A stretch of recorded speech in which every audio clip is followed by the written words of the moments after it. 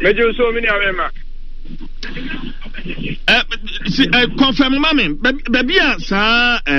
asem yi asi yenim say ya dan so but brono na asem na asi wo so na hefa poten sechi krom anasa hefa brono ni di e de sechi krom e wo mami dede junction sechi krom e wo mami dede junction ai e prince na wa wodi wani akwakọ hu prince yo e ko du ono abra post for no bedu ye no yeah power one any ni nua oni ni ejuma no edi police for nim na yewura shrine no inside no shrine echi ana okochire se aha ene ha asase ne kwa de ewura mu no tena baby na ye ne post for ni gina no kwa na yesie nipa ba ko ho timi kwa de na menim ni ejina ho eja ho no kire se yesie nipa ba ko wa na etwe ho eba nchen etu hwe ho na ho se amana kitu bi eda ho eja post for na sha se omutu amana no omutu no mu se belt ba ko de ase wa pro pantina belt ebonimu ana key ana shin butum anu so dem ana omuji part na aka no de go abiem ana ba ko so to aso mu ye na onu so ye bema onu so apro onu de na ayese nsuo abehye ni mu afi na opro ana de na to so no so ye oba onu hwe ayese ni tinyi ni aboniti enti nipa miensa ana omu yi omu fi form ba ko anu omu de onu no ache wo onu di kan ebonitu esie no na mienu na ka onu de be 3 months ya ana osie omu ba ko ni de osie no 2019 ana osie enti abra omutu from wie yi sta nipa miensa we wie no a post for the eye part no egu ambulance no omu ye so omu muvu epie etu omu ka akono ana omu sanya revelation say body part ni biem etan wo ho ana post for senti from eba shrine na omu ba inside no omu ko shrine no right side so rema right side one obo say ye twani pati fresh and the see baby ade bi wo ho shrine no waye bibi wo ho ani pati so ana on say the pati no waka ni sin esiso ni nchemu ono obo another human part anu susu ya tikire e wo robem ana dompe aka ho na no na positive bi sa ni say na ni pati ni body e wo say accident ngofo mo nya accident na almost my me conform by bisu ye cemetery eti apostifo no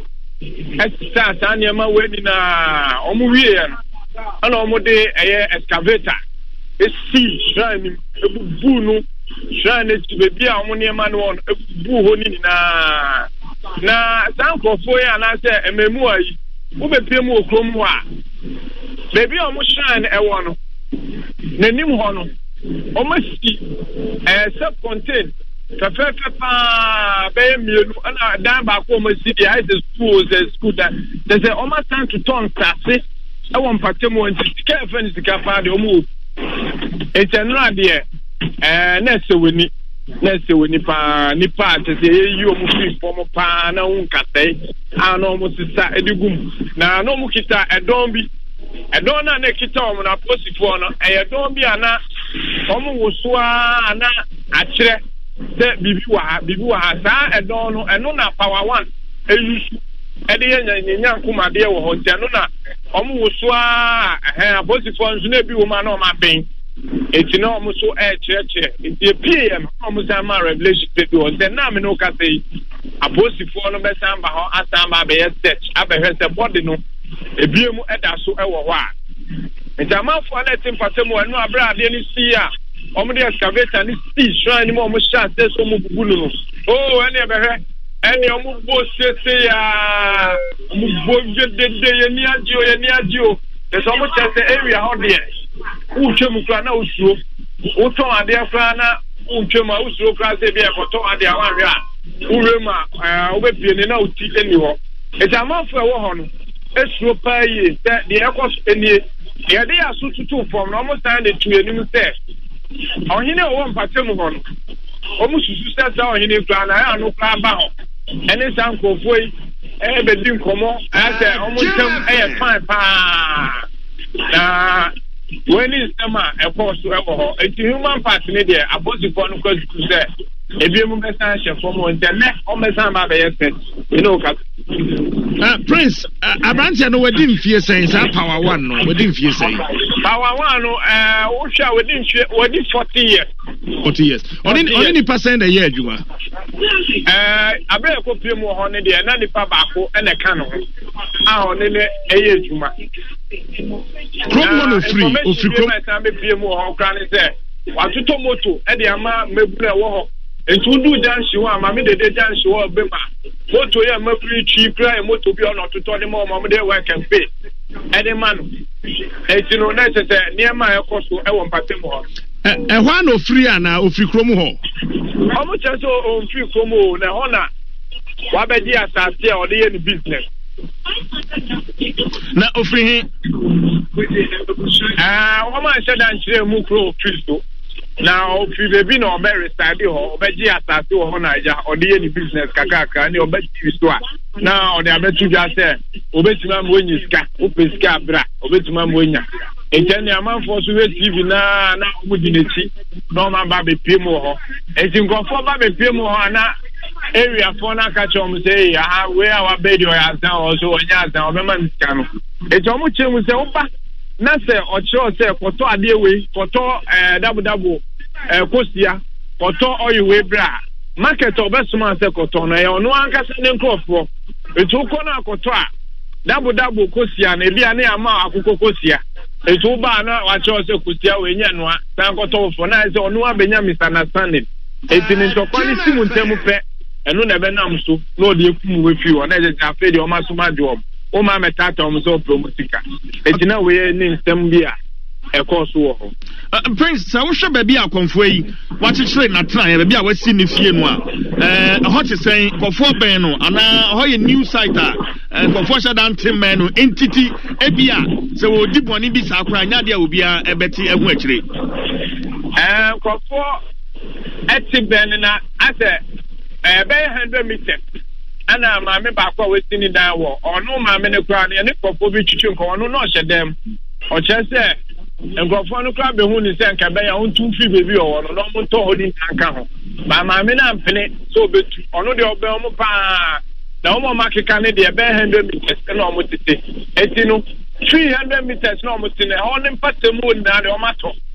o mo side ni na ate ya ye fu ho o mato side wo ni na a ho no o mo be development na o me project that o mo chichi ho e de ya fu no man kasa fa. Okay, woka say wo matoton sasi wo mfie ho no anganza twamfo ni chen efie ni te sen cars ku fie ho ananso ete sen Prince efie no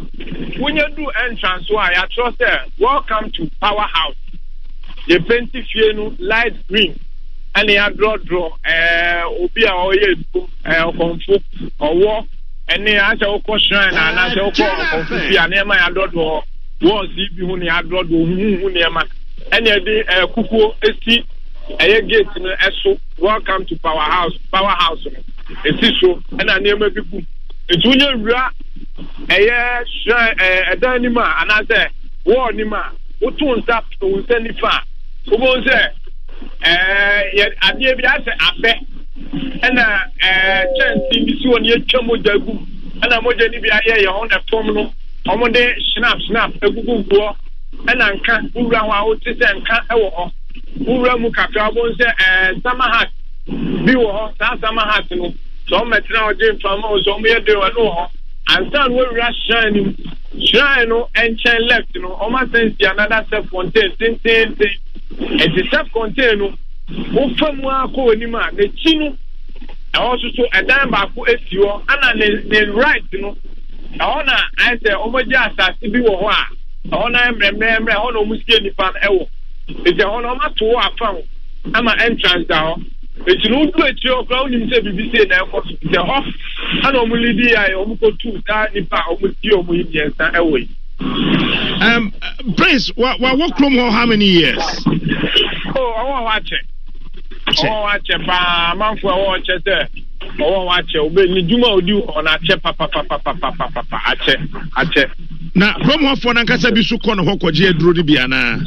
promofoɔ ni bi kɔ no hɔ ama ɔyɛ ɔmansa ɔmo kyerɛ sɛ ɔmo kɔ hɔ sɛ bi a yɛpɛ tumi a ɔkɔ hɔ a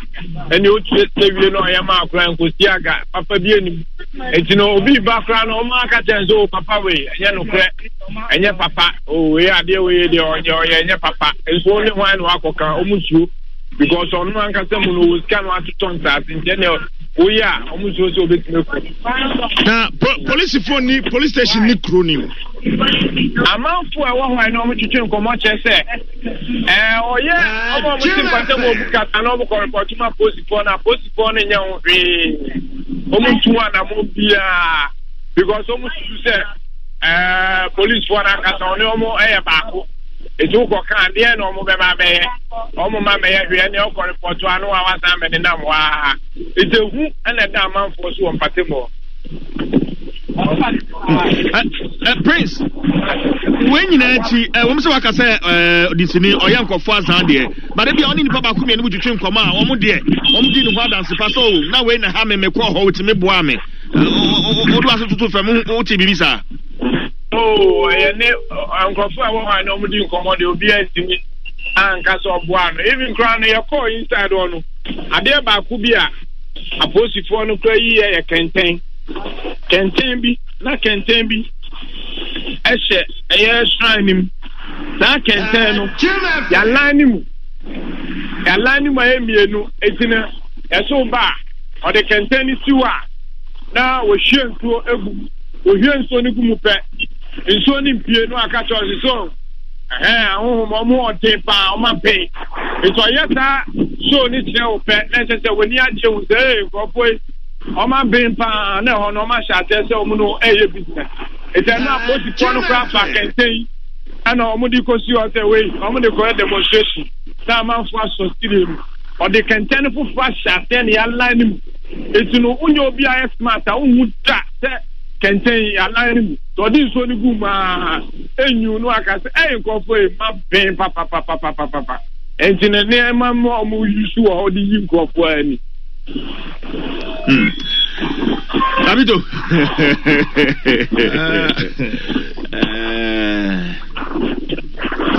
Enra omuchi ono ne nkrofo no omo ye adwuma ni na no nko a. Prince. Meni abema. Bibusa se enra no omuchi ono nko a na se ne nkrofo no omo ye adwuma ni nyina. Le nkrofo omo ye mienu aposifo no achiom. Na abra ewura inside no omo ye se omo beche bebi abode no wona ahyase na omo pese omo che omo di kan kire ba ye bi so se ha na che omo so enya ha yenko enim kakra na posti ni ba ko de ono asa nkrofo omo kan igbe omo ya gbefo eto omo na omo kan igbe na omo che se mo boa ade ni ha na yenko enim oboa ye be bu mo ha o afi na omo che se ade ni sha eto no na yekodu ono omo ma posifo no tough time kakra ye du ono na yes omo stand be omo ha niam na posifo no so mo bu akra because police for the free headquarters Kenya bua CID penny ene die nim etano ade omo krofo no omo amfa ne easy kra ejina se fikasi ni nyina se na watwa mfoni ni asase e wo ho na nim ni akire nyina no nipa mienu pa na omo te ho nipa mienu na wo ho na omo kire kra se one ne wife ene ne ma ene ti ho ba abrade ni tie no the wife ne ma no omunya information no omu nsan ma back ho ntimi e sure say bia omu dia fa bibi post ni ba akokra onu ma information che say omu de cruise ko ba akoka che ni say chale so betimi aboa ne ba links bi pa ka be bo omu ne ka bi su obi o pese okogima no ana police ni say me de ntimi nya say adwuma we enti na no information no dey aso to from yenyae enti excavator na ehu ye no ye wo mu fie na wo masiasi ho no na ye de adwiri fimu no nyina agu fam ana so so shrine no enye ni na no mu dwi o bebi a shrine wo no bebi omo ye omo sacrifice omo di moja ne niema body part no nipetisti no ene bebi omo sie nkofo no eho ana omo de excavator ni dwudwi ni na eti building ne de ye one left side no and the other susi ho awayiri okrum ho awayiri a oni ni tifie ho shrine no side na wo left ne e dan o a wo dem o e fie a wo dem te wona na ne wife how many bedrooms? Oh, bedrooms in the door so and now me 5 bedrooms na ne yire no one ne wo mba na ode ne mba bae ne yire no one ne wo ma omo ampie ho omo ne the very day no enu achi na posifo ne ba ho no a omo nya hint ne yire ne ma na nka mba bi nti omo de ade ne kosu na omo antwi omo tikura ho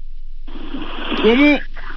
tuatikura mu na se 106.3 I'm for the training there. Omunya hinting, say BBC na aba. Etinu say omo kan say this adwuma na ne omo dele enye ne ye ne ba. Ne ye no so ye ne krom ni bia na say ono de ofiri ho a. No information I am fire so antutu from MBC but we hear say ne ade ne tia. Meji bi say obe ne krom. Krom wo hene na wo kasa ya yesi oba no ho no ofiri ba bi na ba na say ye kro na mu ohene.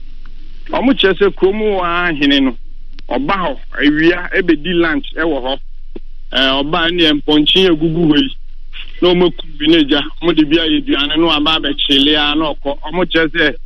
edru afasha